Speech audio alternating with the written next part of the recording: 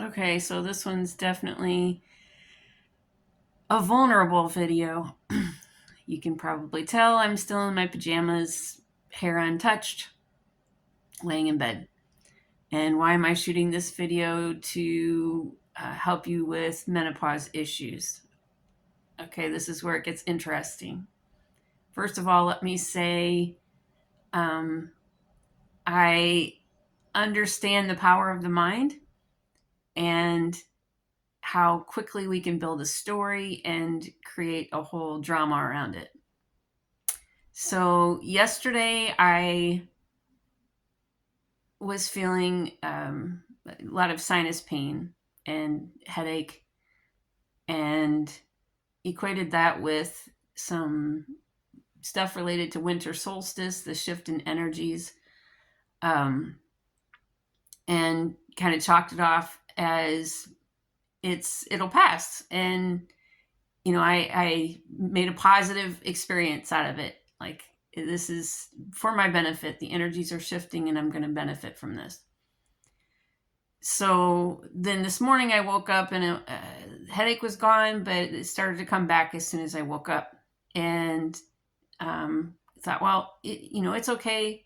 I'm not going to make any assumptions. I know that I'll feel better after I eat. And recognizing what I do about histamine and cortisol in the body, which is what this video is going to be about, I thought, well, okay, so my histamine levels are higher because I'm really hungry and it's building up in my belly, and then spreading to other parts and creating a histamine reaction.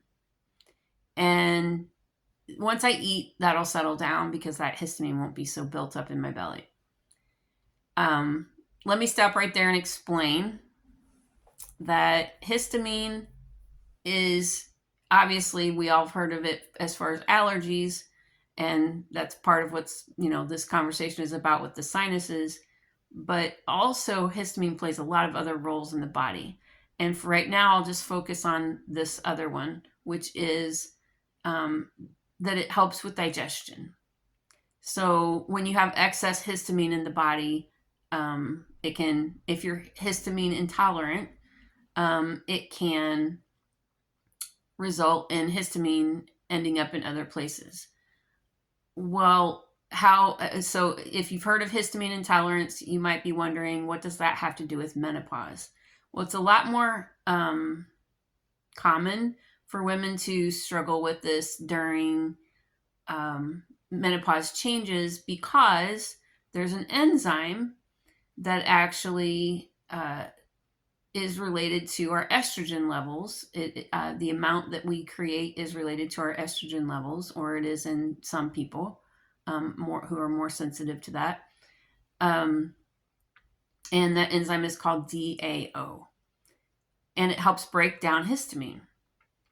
So if you've got, your estrogen levels are dropping and you've got a lower amount of the DAO, then this histamine is being impacted by not breaking down as easily and creating problems throughout the body. Digestion system, mouthful today.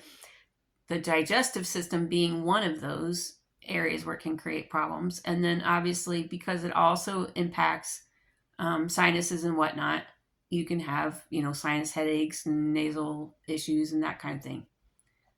It also impacts your brain health, but that's a whole nother conversation. I will just briefly throw in that it is related to anxiety and depression. So keep all of that in mind as you're struggling with different symptoms related to menopause. So back to what I was saying about the histamine. I got up and I ate, and I felt a little bit better, but I decided, well, I'm going to take this probiotic that helps break down histamine because I'm confident that's what's happening. And then the headache got a lot worse. And I was sitting on the couch and just doom scrolling through Facebook and watching, videos and reels and stuff. And every time I would come across something that could be remotely helpful for me to feel better, my ego would say, "Oh, we don't want to do that. That's too much work. That's not going to feel good. No, just keep sitting here feeling miserable." And so I did. Um, and eventually I was like, "Oh, I can't even watch these videos anymore. This is hurting my head. I'm just going to put the phone down."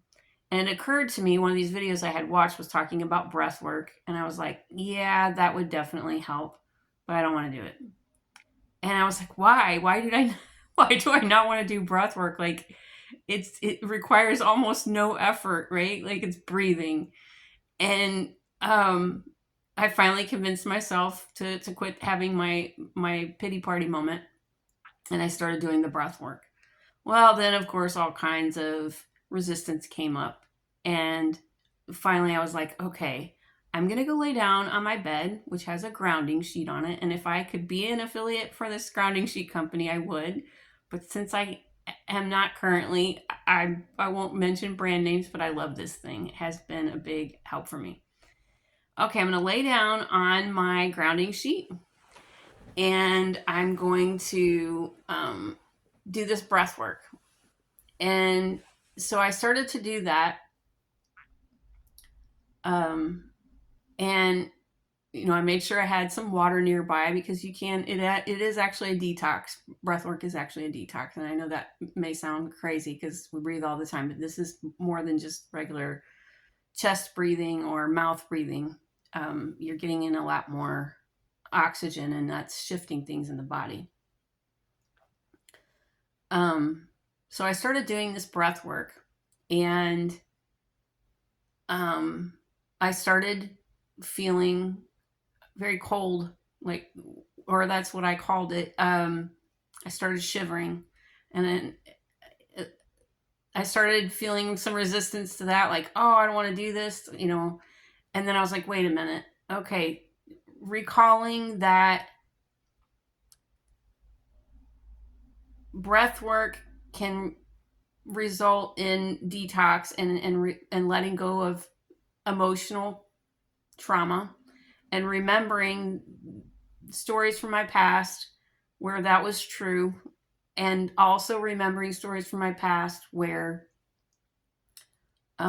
shaking, and I'll share a bit more on that, is actually a trauma release response as well.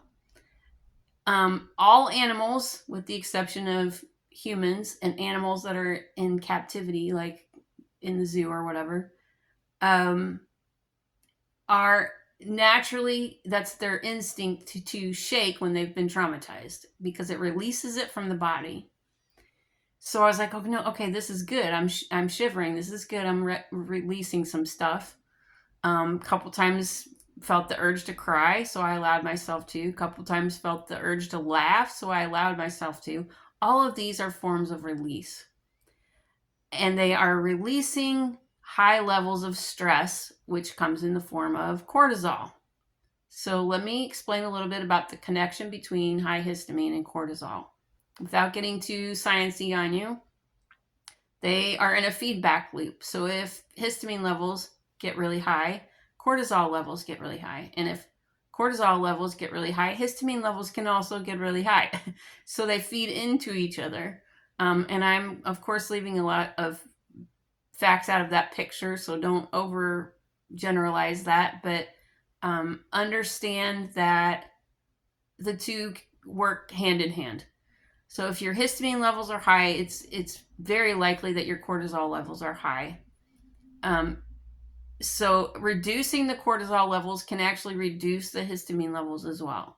So by breath work, which releases stress, and then me shivering, laughing, crying, and laying here on this grounding sheet, I reduced my cortisol levels, and my head is feeling a whole lot better.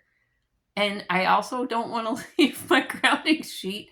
And I thought it would be more effective to share with you how my day has actually been and what it's like to deal with these things.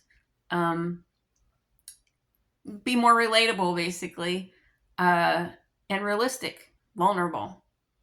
A big part of dealing with menopause symptoms is addressing emotional garbage. And the more that you are able to let go of some shit, the better you're going to feel. And letting go of stories is a huge part of that. So as you are noticing that you're having thoughts and creating definitions and stories, and all day long today, well, it's early in the day, but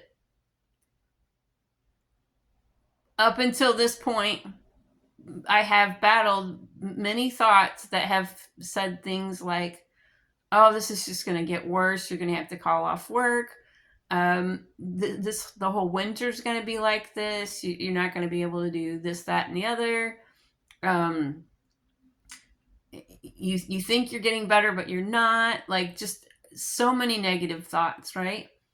And it would be very easy to grab hold of those and make a whole story out of them and predict what not only the rest of today is going to look like, but the rest of the week and then the rest of the season. And like this whole oh my god drama moment. It reminds me of when I was a kid.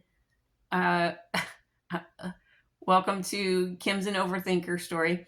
When I was a kid, I would frequently lose my shoes. It was a combination of me not putting them in the same place and my mom deciding that she didn't like where I put them and relocating them. And